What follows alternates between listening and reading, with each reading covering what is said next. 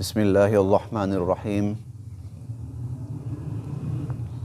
پارہ نمبر 4 کا خلاصہ آپ حضرات کے سامنے پیش ہے۔ اس پارہ نمبر 4 میں اللہ رب العزت نے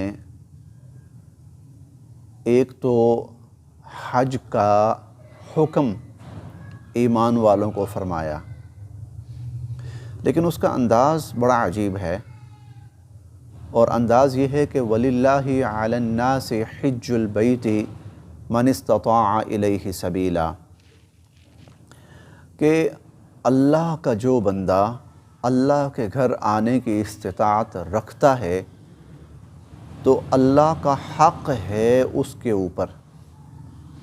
اللہ کا جو بندہ اللہ کے گھر آنے کی استطاعت رکھتا ہے تو اللہ کا حق ہے اس کے اوپر کہ وہ اللہ کے گھر کے حج کے لیے آئے۔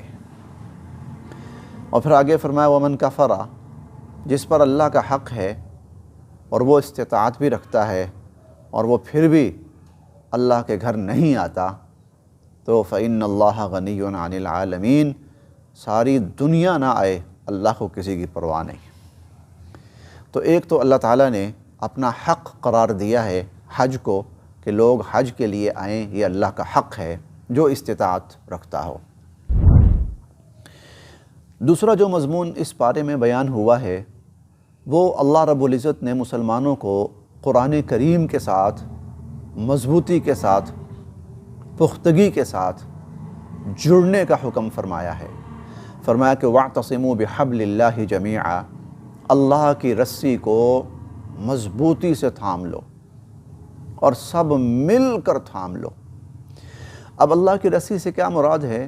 تو نبی کریم صلی اللہ علیہ وسلم نے خود اس کی تفصیل اور وضاحت بیان فرمائی کہ حبل اللہ القرآن الممدود من السماء الى الارض، کہ القرآن هو حبل اللہ، قرآن اللہ کی رسی ہے جو آسمان سے زمین کی طرف لٹکائی گئی ہے۔ تو اللہ تعالیٰ فرما رہے ہیں کہ سب مل کر مضبوطی کے ساتھ اللہ کے اس قرآن کے ساتھ جڑ جاؤ۔ آگے اللہ تعالیٰ نے نہ جڑنے کی صورت میں انجام بھی بیان فرمایا۔ اگر ہم سب مل کر اللہ کی رسی کے ساتھ قرآن کے ساتھ نہیں جڑیں گے، قرآن کا پڑھنا، قرآن کا سمجھنا، قرآن کا سمجھانا، قرآن کے ساتھ مشغول ہونا، قرآن پہ چلنا، اس کے احکامات کی اتباع کرنا، یہ اگر ہم نہیں کریں گے تو آگے فرمایا کہ وَلَا تَفَرَّقُوا، نتیجہ یہ ہوگا کہ تم تفرقے میں پڑ جاؤ گے اور گروہوں میں بٹ جاؤ گے اور جماعت در جماعت تقسیم ہو جاؤ گے۔ اگر پوری دنیا پہ نظر ڈالی جائے اور امت مسلمہ پہ، تو امت مسلمہ کا سب سے بڑا المیہ اس وقت وہ آپس کا انتشار ہے کہ وہ آپس میں ٹکڑے ٹکڑے اور بکھرے ہوئے ہیں، اور اس کی بنیادی وجہ 1400 سال پہلے ہمیں بتا دی گئی تھی کہ اگر اللہ کے قرآن کے ساتھ نہیں جڑو گے اور سب مل کر نہیں جڑو گے تو پھر ٹکڑے ٹکڑے ہو جاؤ گے، منتشر ہو جاؤ گے۔ تیسرا مضمون جو بہت تفصیل سے بیان کیا گیا ہے وہ غزوہ احد ہے۔ غزوہ احد سن 3 ہجری کے اندر غزوہ احد رونما ہوا۔ خلاصہ میں عرض کرتا ہوں اور اس کا سب سے اہم سبق وہ عرض کرنا ہے۔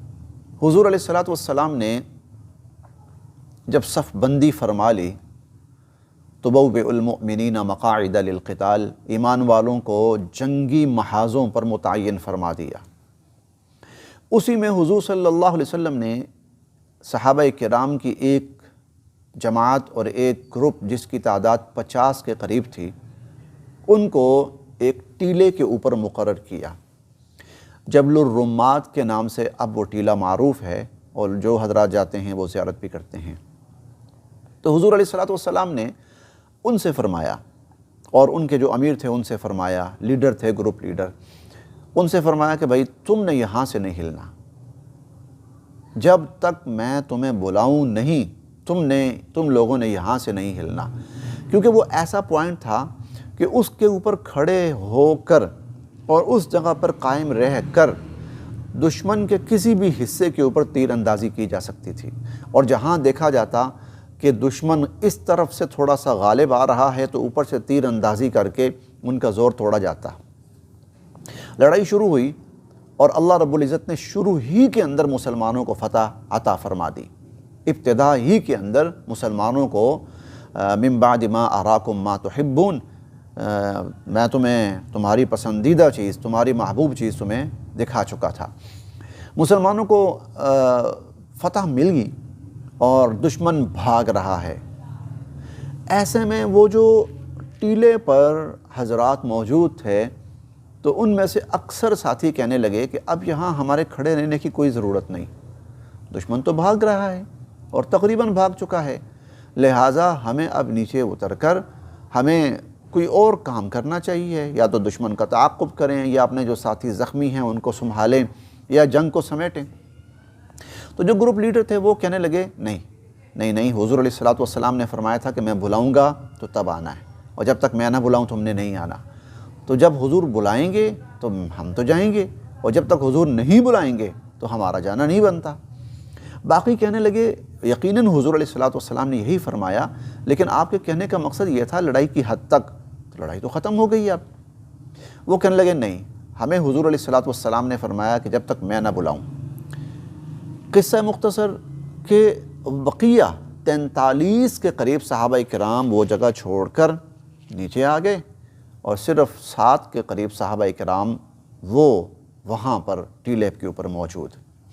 حضرت خالد بن ولید رضی اللہ تعالیٰ عنہ وہ ابھی تک کفار کی طرف سے لڑ رہے تھے، میدان چھوڑ کے بھاگ رہے تھے۔ جب اس ٹیلے کے پیچھے سے پہنچے تو انہوں نے دیکھا کہ یہ تو چھوڑ دی جگہ مسلمانوں نے، اور جگہ اتنی اہم ہے، پوائنٹ اتنا اہم ہے کہ اگر ہم اب بھی اس پر چڑھ کے قابض ہو جائیں یہاں پر تو پانسا پلٹ سکتے ہیں۔ خالد بن ولید رضی اللہ تعالیٰ عنہ وہ آئے، مسلمانوں سے مقابلہ کیا، مسلمان تھوڑے تھے، ان کے پاس تعداد زیادہ تھی، یہ مسلمان شہید ہو گئے۔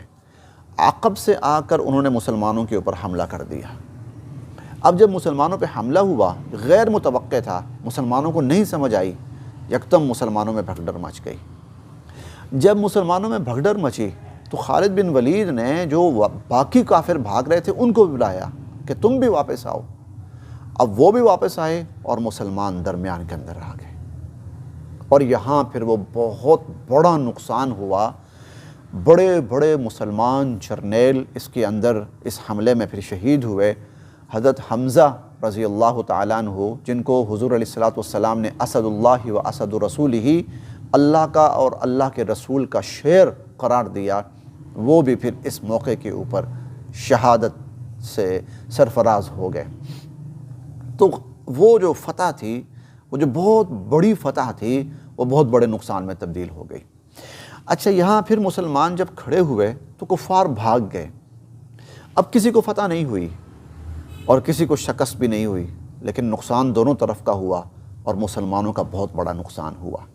یہاں جو سبق ہے، جو تعلیم ہے، جو سمجھنے کی چیز ہے، وہ یہ صحابہ کرام نے حضور صلی اللہ علیہ وسلم کا ایک حکم توڑا، دانستہ نہیں، ان کا ارادہ یہ نہیں تھا کہ ہم حضور علیہ الصلوۃ والسلام کے حکم کی نافرمانی کریں، نادانستگی میں حضور کا ایک حکم ٹوٹا، اللہ کی مدد اور اللہ کی نصرت رک گئی۔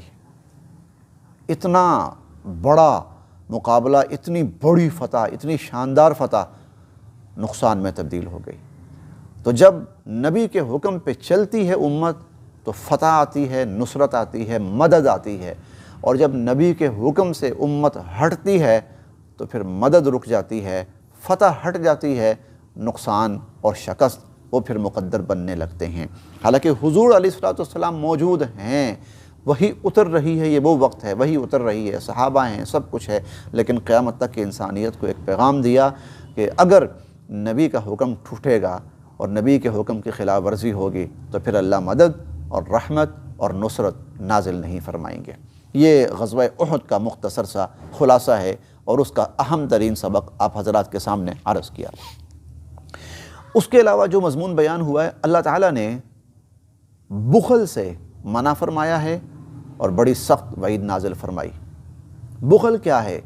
اللہ تعالیٰ نے مال دیا ہے اور بعض جگہوں پر مال کے خرچ کرنے کا حکم دیا ہے، جیسے زکوٰۃ ہے، حکم دیا خرچ کرو۔ جو شخص یہاں خرچ نہیں کرتا جہاں اللہ نے حکم دیا ہے، یہ بخل ہے۔ اللہ تعالیٰ فرماتے ہیں وَلَا يَحْسَبَنَّ الَّذِينَ يَبْخَلُونَ بِمَا آتَاهُمُ اللَّهُ مِنْ فَضْلِهِ هُوَ خَيْرٌ لَهُمْ بَلْ هُوَ شَرٌّ لَهُمْ۔ جو لوگ بخل کر کے اپنا مال بچا رہے ہیں تو وہ یہ نہ سمجھے کہ یہ کچھ ان کے حق میں بہت بہتر ہے، بلکہ یہ ان کے حق میں بہت برا ہے۔ سَيُطَوَّقُونَ مَا بَخِلُوا بِهِ يَوْمَ الْقِيَامَةِ، یہ جو مال بخل کر کے بچایا ہے نا، قیامت والے دن یہ سانپوں کی شکل میں گردن کا توق بنا کر گلے میں ڈال دیا جائے گا۔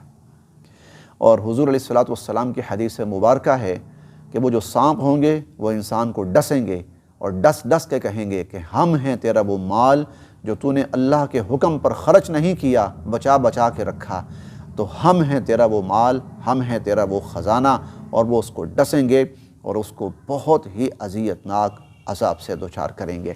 تو جہاں اللہ حکم دیں وہاں خرچ کرنا چاہیے، اور وہاں خرچ کرنا سخاوت ہے، اور وہاں خرچ سے رک جانا بخل ہے، اور یہ بخل دنیا اور آخرت دونوں جگہ تباہی کا باعث بنتا ہے۔ اس کے بعد سورہ اسی پارے میں سورہ النساء شروع ہوتی ہے۔ سورہ النساء میں اللہ رب العزت نے ابتدا میں یتیم بچوں اور خواتین کے بارے میں خصوصی تاکید فرمائی۔ یتیم بچوں کے بارے میں کہا خدا کے لیے ان کا مال نہ کھاؤ، ان الذین یأکلون اموال الیتامی ظلما، جو لوگ ان کا مال کھائیں گے ظلماً، ناحق مال کھائیں گے، انما یأکلون فی بطونہم نارا، وہ اپنے پیٹوں میں جہنم کی آگ بھر رہے ہیں، وسیصلون سعیرا، اور عن قریب بھڑکتی ہوئی آگ کے اندر یہ لوگ داخل ہوں گے۔ یتیم کا مال کھانا اپنے پیٹ میں جہنم کی آگ بھرنا ہے۔ ایک دوسرا، خواتین کے متعلق فرمایا کہ ان کا حق نہ مارو، خاص طور پر نکاح کے موقع پر جو عورت کا حق ہوتا ہے حق مہر، اس کے بارے میں فرمایا وَآتُوا النِّسَاءَ صَدُقَاتِهِنَّ نِحْلَةً، عورتوں کو جو ان کا حق ہے حق مہر، خوشی خوشی ان کو دو، خوشی خوشی ان کو دو، مارے بندے مجبوراً نہیں، بخوشی دو، ان کا حق ہے۔ فَإِن طِبْنَ لَكُمْ عَنْ شَيْءٍ مِّنْهُ نَفْسًا فَكُلُوهُ هَنِيئًا مَرِيئًا، اگر عورت بھی اپنی خوشی سے تمہیں وہ حق مہر معاف کر دے تو پھر تم لو، کھاؤ، استعمال کرو، تمہارے لیے جائز ہے۔ اس کے ساتھ ہی پھر اللہ تعالیٰ نے وراثت کا حکم نازل فرمایا، اور وراثت کا مطلب یہ ہے کہ انسان جب دنیا سے چلا جاتا ہے تو اس کا جو مال ہے اللہ نے اس کے حصے متعین کر دیے ہیں، اور جو اللہ نے متعین کر دیے ہیں اس حقدار کو اس کا حق اور اس کا حصہ ملنا چاہیے۔ البتہ اختصار کے ساتھ ایک بات یہاں عرض کر دوں کہ اللہ تعالیٰ نے جو وراثت کی تقسیم ہے اس کو 4 حصوں میں، جو ترکہ ہے اس کو 4 حصوں میں تقسیم کیا ہے۔